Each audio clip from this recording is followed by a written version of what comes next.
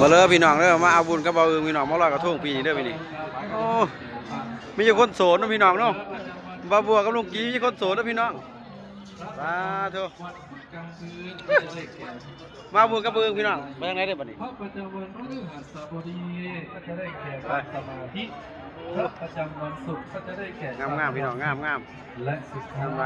บ่ายจานนาเต็มอยู่และก็จะได้แก่ปางนาคปรก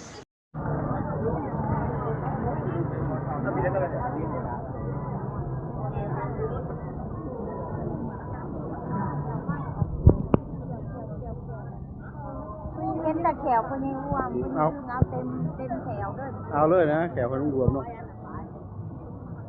แขวคนรวมเกี่ยวลูกเกี่ยวมันไหนเกี่ยวโอ้มีหนังบุญว่ากระทงเขาคืองามเลยเนาะ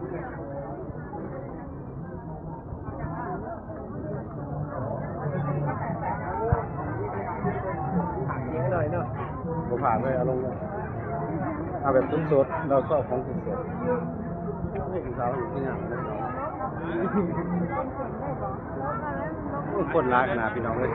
แน่น